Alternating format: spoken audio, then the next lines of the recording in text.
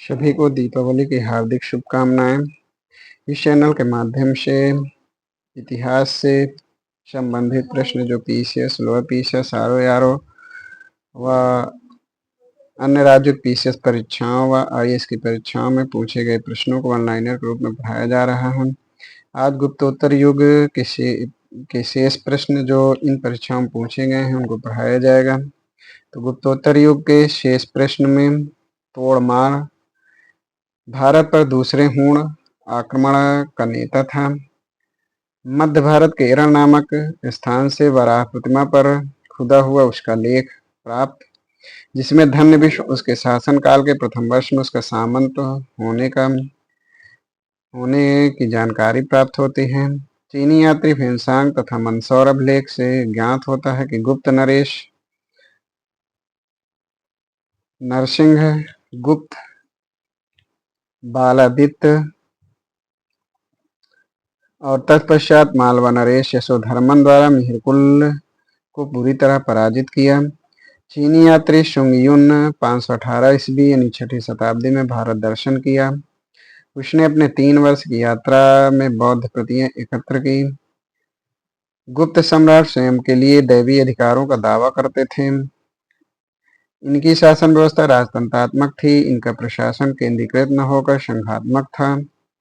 गुप्त काल के दौरान भारत में बलात्श्रम यानी बिष्टी राज्य के लिए एक आय का एक स्रोत, जनता द्वारा दिया जाने वाला एक प्रकार का कर माना जाता था।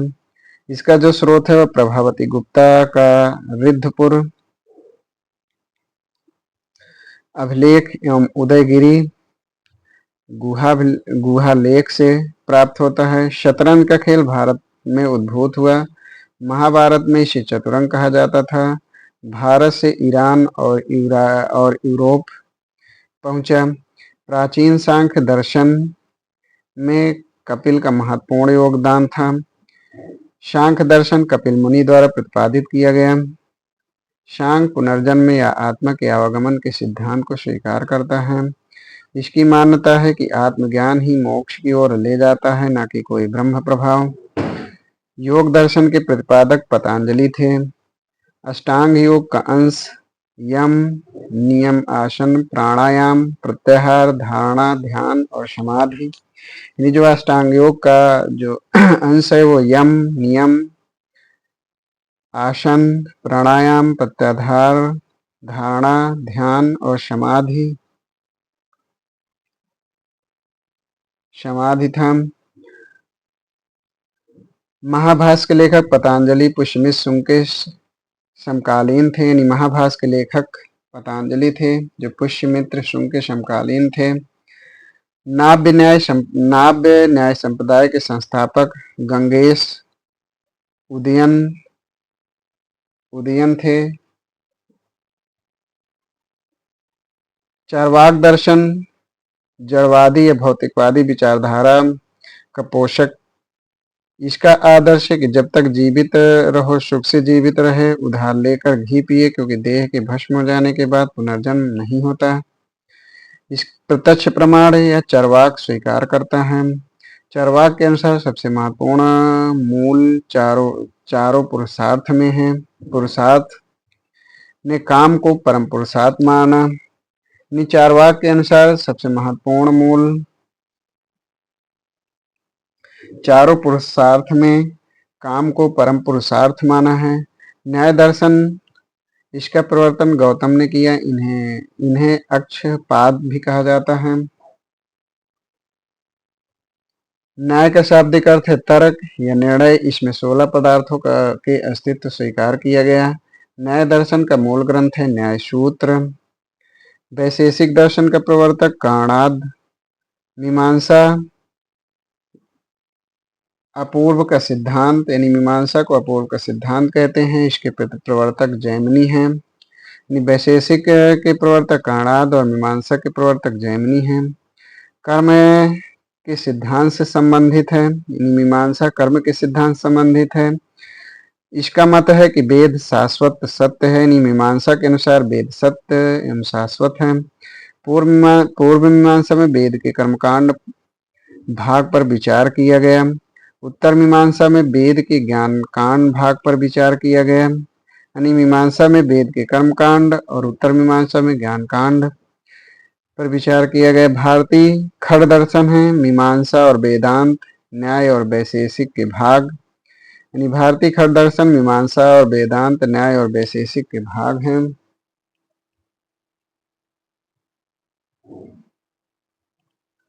लोकायत दर्शन चारवाक दर्शन का नाम है। अद्वैत दर्शन के संस्थापक शंकराचार्य, यानी शंकराचार्य अद्वैत दर्शन के संस्थापक हैं। शंकराचार्य प्रस्थान त्रयी, जिसमें उपनिषद, ब्रह्मसूत्र और भगवत गीता, इसको प्रस्थान त्रयी कहते हैं। तो शंकराचार्य प्रस्थान त्रयी पर भाष्य लिखकर अद्वैतवाद का समर्थन किया। उनका भाष्य ब्रह्मसूत्र भाष्य शारीरिक शास्त्र कहलाता है। प्रसन्न बौद्ध शंकर या शंकराचार्य को कहा जाता है। अद्वैतवाद ज्ञान मार्ग को मोक्ष का साधन स्वीकार किया जाता है। अद्वैतवाद में ज्ञान मार्ग को मोक्ष का साधन स्वीकार किया जाता है। वेदांत दर्शन से संबंधित है शंकराचार्य, ये अद्वैतवाद से, और रामानुज विशिष्टाद्वैत से। शंकराचार्य अद्वैतवाद से संबंधित है और रामानुज विशिष्ट अद्वैत से संबंधित है। मध्वाचार्य द्वैतवाद से संबंधित हैं, जबकि अभिनव गुप्त तंत्र तथा अलंकार शास्त्र से संबंधित हैं। मध्वाचार्य द्वैतवाद से संबंधित है। कलि संवत्सर 3102 ईसा पूर्व भारत में मुसलमान शासन 1192 ईस्वी से शुरू हुआ। पुराणों के अनुसार चंद्रवंशी शासकों का मूल स्थान प्रतिष्ठानपुर था। चंद्रवंशी या सोमवंश, इनके मूल स्थान प्रतिष्ठानपुर था। मौखरी शासकों की राजधानी गुप्तों के सामंत थे। मौखरी गुप्तों के सामंत से, जो मूलतः गया के निवासी थे। इस वंश के शासकों की राजधानी कन्नौज, यानी इस वंश के शासकों ने राजधानी कन्नौज बनाई। तो मौखरी शासकों की राजधानी कन्नौज थी। इस वंश के शासक में हरिवर्मा, आदित्य वर्मा, ईशान वर्मा, सर्ववर्मा एवं ग्रहवर्मा थे। यानी जो मौखरी वंश के जो शासकों में हरिवर्मा, आदित्य वर्मा, ईशान वर्मा, सर्ववर्मा एवं ग्रहवर्मा थे। हर्ष के समय की सूचनाएं, यानी विस्तृत रूप से दरबारी कवि बाणभट्ट की कृति हर्षचरित से एवं कुछ सूचनाएं कल्हड़ की कृति राजतरंगिणी से प्राप्त होता है। हर्ष के साम्राज्य की राजधानी कन्नौज, जो थानेश्वर से स्थानांतरित कर बनाई गई। हर्षवर्धन ने कन्नौज एवं प्रयाग में 2 महान धार्मिक सम्मेलनों का आयोजन किया। महायान की उत्कृष्टता सिद्ध करने के लिए नर्मदा नदी पर सम्राट हर्ष के दक्षिणावर्ती अग्रगमन को रोका गया।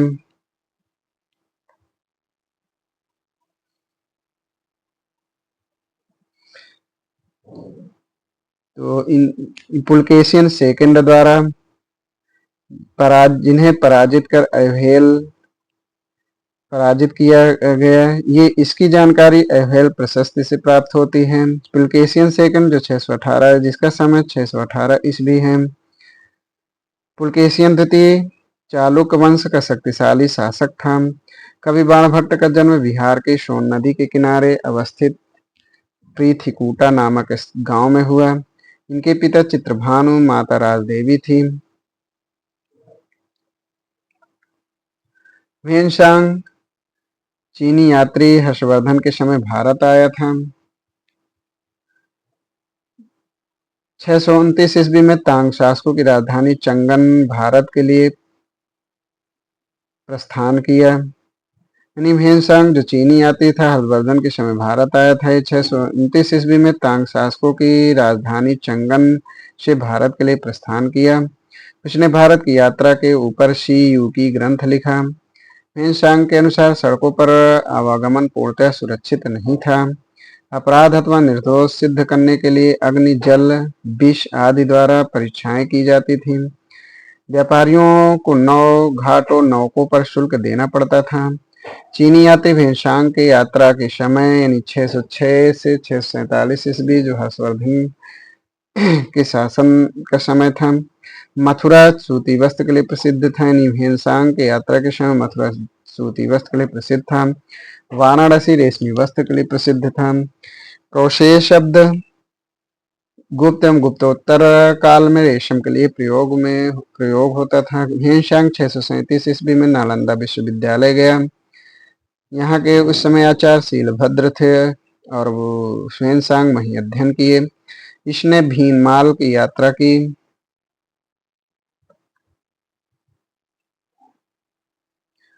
चीनी यात्री सिंह 671 या 672 ईस्वी भारत आया और 693 ईस्वी के लगभग सुमात्रा होता हुआ चीन वापस लौट गया। प्राचीन कालीन चीनी लेखक भारत का उल्लेख इन तू तथा थियान तू नाम से किया। नालंदा विश्वविद्यालय का विनाश का कारण मुसलमान था। बख्तियार खिलजी के अधीन तुर्क मुस्लिम आक्रमणकारियों द्वारा नालंदा विश्वविद्यालय का ध्वस्त कर दिया गया। नालंदा सबसे प्राचीन बिहार है, यह बिहार में स्थित है।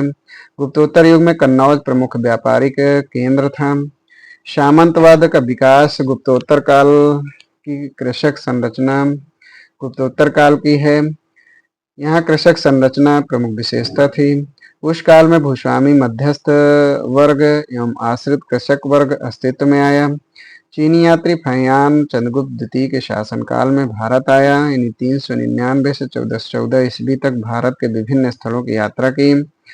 हर्षवर्धन से मिलने से पूर्व ही बौद्ध धर्म की ओर उन्मुख हो चुका था तथा मिलने के बाद उसने बौद्ध धर्म की महायान शाखा को राजाश्रय प्रदान की तथा पूर्ण रूप से बौद्ध बन गया। शंकराचार्य 8वीं शताब्दी के से 4 धाम स्थापित किए।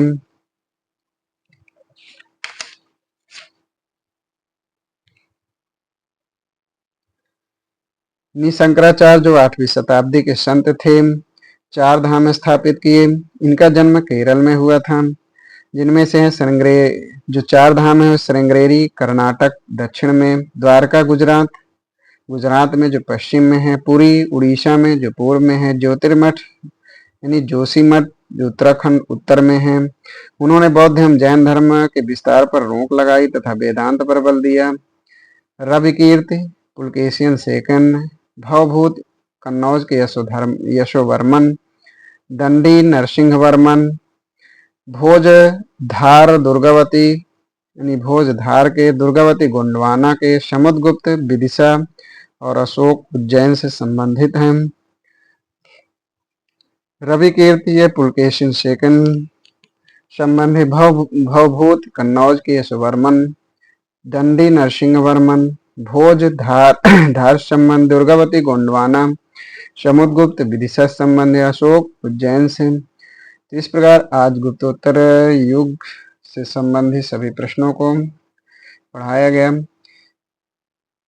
अगले वीडियो में प्राचीन भारत में स्थापत्य कला से संबंधित प्रश्न जो इन परीक्षाओं में पूछे गए हैं उनको विस्तार से पढ़ाया जाएगा। धन्यवाद।